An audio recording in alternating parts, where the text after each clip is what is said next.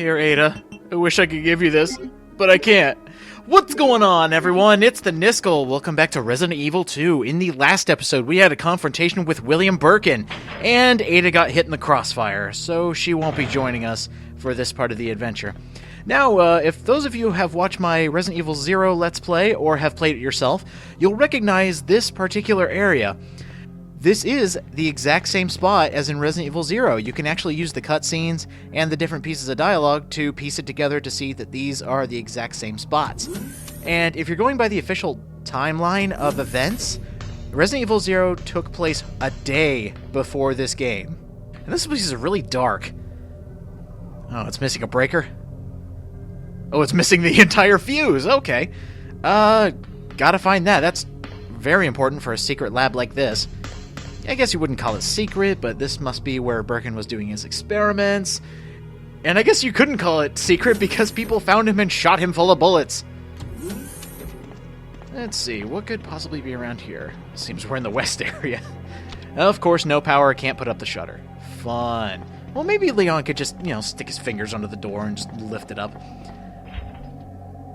Fun. Who locks it from the inside? Okay, this room has probably one of the greatest items ever. Okay, I hear that, but right in this locker, you can get a flamethrower. If you have two open spots, you can pick up the flamethrower, and it doesn't go by ammo or anything, so you can't pick up alternate ammo for the flamethrower. It goes by percentages. Every time you use it, its percentage will go down, obviously, and then when it's done, it's done. You can't use it anymore. There's a few specific spots you can use the flamethrower with, and a few enemies that burn nice and good when you toast them. And I love the flamethrower, just the fact that I can burn everything. And here we're about to get a brand new enemy that hates fire. Anti-BOW grass spray. I'm not gonna... Oh, grass. I did call it grass. Oh no, I can't read either. BOW gas... And that is some weird shit. What is that in the vent? Leon's really focused on it. This right here on this couch, very important. Username guest with no password. Keep this in mind, keep this in your files. We will need it later. And just in case you've been poisoned recently, right there, you can use those blue herbs. I don't think there's a way to get poisoned. Okay, so this bioorganic weapon, it burns so good! Fire! Oh, it's so good! And then it retreats into the vent, like it should. It's either that or I just burn the living bejesus out of it. I'm surprised the rest of the plants didn't get burned. Yeah, that should have taken the whole wall with it. Oh. Hi. You like shotguns? Say hi. Oh, I thought I had both of them. Okay, there we go. I thought one shot got rid of two of them. I wouldn't have doubted it with this much firepower. But in here, there is a good reason to come in here, and it's mainly this locker back here. Inside, you will get a lot of shotgun shells. In Claire's scenario, it's the higher of the weapons you have. I won't spoil what she actually gets as a secondary weapon. Like, everyone gets a pistol and a bigger weapon, and then an even bigger weapon. But I believe when you play Claire's scenario, that's for her biggest weapon. But for Leon, it's just more shotgun shells. And you would consider the Magnum Leon's biggest weapon. Actually, now that I think... I'm going to have to go back and look at that. On which could be considered Claire's biggest weapon. But we'll save that for her actual scenario. So those two rooms, if you weren't going for any ammunition or anything, were completely pointless. So let's actually go to some rooms with some use. I always got confused with this kind of circular section of the whole laboratory. I always end up going out the wrong places. And then I realized it's just 3 sections. And somehow I kept getting lost. For some reason, I always thought there was a third section, or of course there's a third section, a fourth section. I always thought there was a fourth one, you had to go find the one out of the 4 that you had to use. But no, this is the main one you need to go in. Ew, What's all over the door? What's all over the floor? What's all over me? Oh, I'm kidding. Oh, wow. It's kind of liquid nitrogen, I think? Stay cool. Ugh, God, it's so cold in here. It's cold as ice. Hey, all we need is a fuse case. I think we can find something. Maybe the thing that sticks out like a sore thumb in the whole white room? Yeah, fuse case. So, easiest puzzle ever? Alright, so just use the fuse case with the big white machine. And behold the power of the PlayStation as it moves multiple polygons at the same time. That is some pretty good fluid animation, I'm not gonna lie.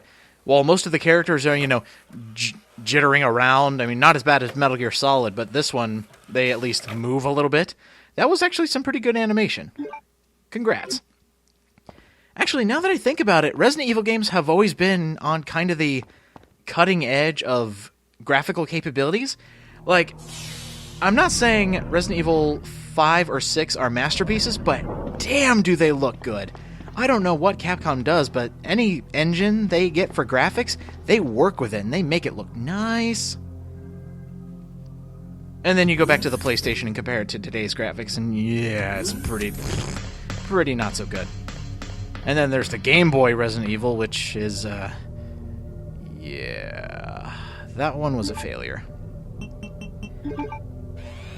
Anyway, let's turn on the lights. Ah, there we go. And it didn't have like a way to tell you that it was booting up. It was just like, hey, lights are back on.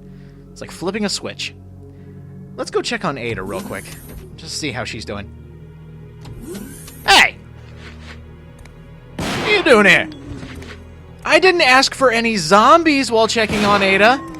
Yeah, if you take enough time in the laboratory, looking for items and turning on the machine, naked zombies will start showing up. Naked zombies are the most powerful zombies in the game. They deal twice as much damage, they take twice as many hits, but with the custom shotgun, you can just blow them to pieces. It's awesome. And I want to know, if all the scientists in here immediately turn to zombies, like instant zombification, why are they naked? What experiments were going on in here? I think I know what the G in G virus stands for. Okay, I'm kidding. I am very much kidding. But since the power's back on, this means we can open up a few more of these doors. Let's see what's in here. Nothing. Oh, there's a little panel on that door over there. I don't think we can use this yet. Actually, no, we can't use this. Fingerprint verification from employees. Sorry, can't do that. I'm just a member of the police department. Open with a key card, of course. So, now the exploration goes to key card. We're going old-fashioned in this episode. Let's see here. Since that was a bust, going back to this first room, there was that shutter we couldn't open. Let's go ahead and open that. Lights are on. We don't need a key card. Opening this up should be pretty easy. Yeah, here we go in the west area. And here we have some new enemies. Plants. Fear them and their leaves, and somehow shooting plants with bullets equals death. Yeah, that's it. They have a couple different attacks. They can spit poison at you, which is really, really jerkish, and that's why those blue herbs were in that other room, so you could heal the poison from these guys. Oh, we got another one. Let's see if it likes fire! Yeah, if you just, slightly tap the fire button when using the flamethrower and you get just, a couple flames on it, instant death. Plants will instantly die from the flamethrower, which is very, very nice. Doesn't help for your percentage of gas in your flamethrower, but at least they go down in 1 to 2 hits. The other attacks that these plant creatures have, they can whip you with their arms. They can also grapple you and spit poison on you. not very nice attacks, and they do a bit of damage. This is farther in the game, so you'd expect later on enemies to deal more damage. And they do. They can hurt a lot, especially with the poison. Oh, I hear them. Lickers. In fact, these are a brand new type of lickers. I believe they're called Licker Beta. You'll see something on screen if they have a different name. But I think these are the Beta Lickers, so the second types. And they do look a lot different. They do take more hits. Oh, there's one! Ah, shot it out of the air! Oh, that doesn't happen too often. But yeah, that one was lunging after me. Had I been at yellow caution or lower, had he hit, it would have taken my head off. Insert a verification MO disc. MO discs. Seems to be a running theme in Resident Evil games. We had them in 0, 1, and now this one. Which begs the question, are they in 3? Because I know there's none in 4. And 6 we don't talk about. I can't remember 5. It's been a while since I've played other Resident Evils. I do really enjoy the series, but I don't play them as often as I used to because other games have come out. And we now have the map of the laboratory, which we've pretty much explored everything. We really don't have to do much. Do I want to keep the flamethrower? No, don't check the shotgun shells. Combine it. I think we'll rock these items for a while. I'm going to keep using the flamethrower until I completely run out, because as soon as it's gone, there's no reason to use it, so might as well use free ammunition. Oh, and that was the perfect spot for something to jump out at you. I was waiting for it, too. This part. Can we go in here yet? I think it needs verification. Needs a card key, or a key card, whatever you like to call it. Ew, these things are nasty. And they spit poison, which isn't nice. There's a red herb there if you really need it, but I don't have any loose green, so I will go for that later. Ooh, I spy a locker. One of these things is not like the other. I wish to use the weapon box key, and inside we get Magnum parts. You thought the Magnum was overpowered? Now it's even more overpowered. It will destroy anything. And hey, we actually got zombies with their clothes on! Yes! It is no longer spring break in Raccoon City.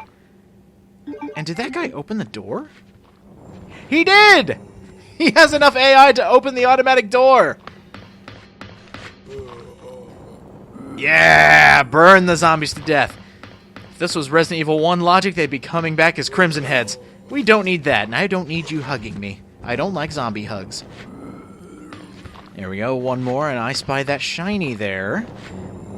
And since we haven't seen anything remotely useful, this has to be the card key, key card, lab card key. That was a mouthful. Let's see, what else does this have to offer? I guess it's just for the Umbrella Lab, so hey, that'll work. Used for a vaccine. Well, why didn't they use that for the TNG virus? That would have been so useful. People are silly, especially Umbrella. Wow, look at all these burning zombies. Surprised the fire doesn't hurt me. Nothing else in here. Nothing really to check. They've been doing some weird experiments. But, we have gone through almost all of the Umbrella Lab. We turned on the lights, we got the key card, so next time on Resident Evil 2, we will keep exploring the lab with the card. See you guys next time.